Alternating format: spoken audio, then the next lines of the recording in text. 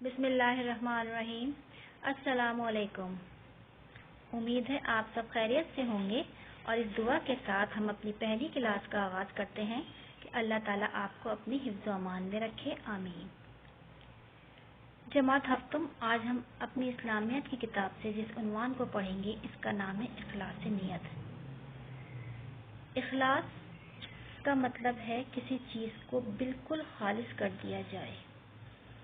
نیت دل کا وہ ارادہ جس سے کوئی کام کیا جائے یا کسی بھی کام کے کرنے کی وجہ جو انسان کے دل میں ہوتی ہے۔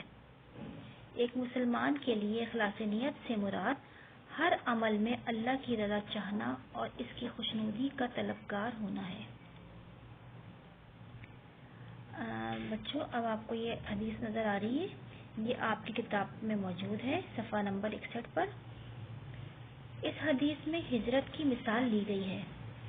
جب دین پر عمل کرنا اور اس کو پھیلانا مشکل ہو جائے تو انسان دین کی خاطر ہجرت کرتا ہے، یہ عمل اللہ کی نگاہ میں بڑا مقام رکھتا ہے۔ لیکن یہی عمل اگر تجارت کے ذریعے دولت کمانے کی غرض سے کیا جائے تو اس کا کوئی اجر اللہ کے ہاں نہ ہوگا، بلکہ یہ دنیاوی اعمال ہی تصور کیے جائیں گے۔ جو عمل جس نیت سے کیا جائے گا اس کا بدلہ ویسے ہی ملے گا۔ اللہ تعالیٰ قرآن پاک میں فرماتے ہیں، آج کے دن وزن صرف حق کا ہوگا۔ سورہ اعراف کی آیت نمبر 8 کا ترجمہ میں نے پڑھا ہے۔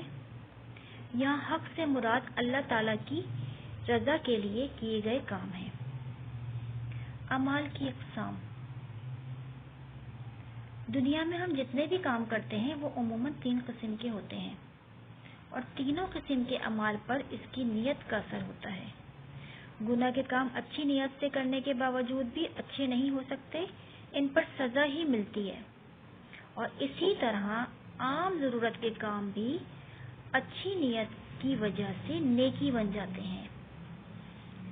معصیت یہ وہ کام ہے جو گناہ اور اللہ کی نافرمانی کہلاتے ہیں، ان سے اللہ نے منع فرمایا ہے۔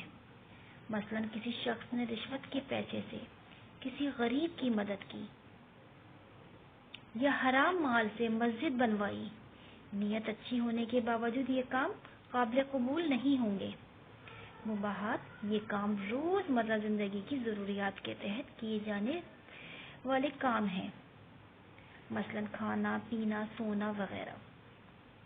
طاعات یہ وہ کام ہیں جو اس لیے کیے جاتے ہیں کہ اللہ تعالیٰ نے ان کا حکم دیا ہے، مثلا نماز روزہ انفاق وغیرہ۔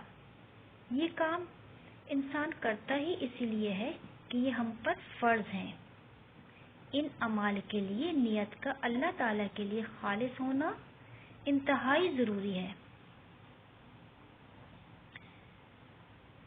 بچوں، آپ کے سامنے کچھ سوالات آ رہے ہیں۔ آپ نے یہ کرنا ہے کہ آپ نے اس سبق کو اخلاص نیت کا بغور مطالعہ کرنا ہے، بہت اچھی طریقے سے اس کو پڑھنا ہے، اور سوال نمبر 1 کا جواب اپنی اسلامیات کی نوٹ بک میں لکھنا ہے۔ خالص نیت سے کیا مراد ہے؟ اور سوال نمبر 8، مندرجہ ذیل کام کس نیت سے عبادت بن سکتے ہیں؟ یہ کام آپ نے کتاب کے اندر ہی کرنا ہے۔ اب باقی ہم اپنی آئندہ کلاس میں سمجھیں گے۔ جزاک اللہ۔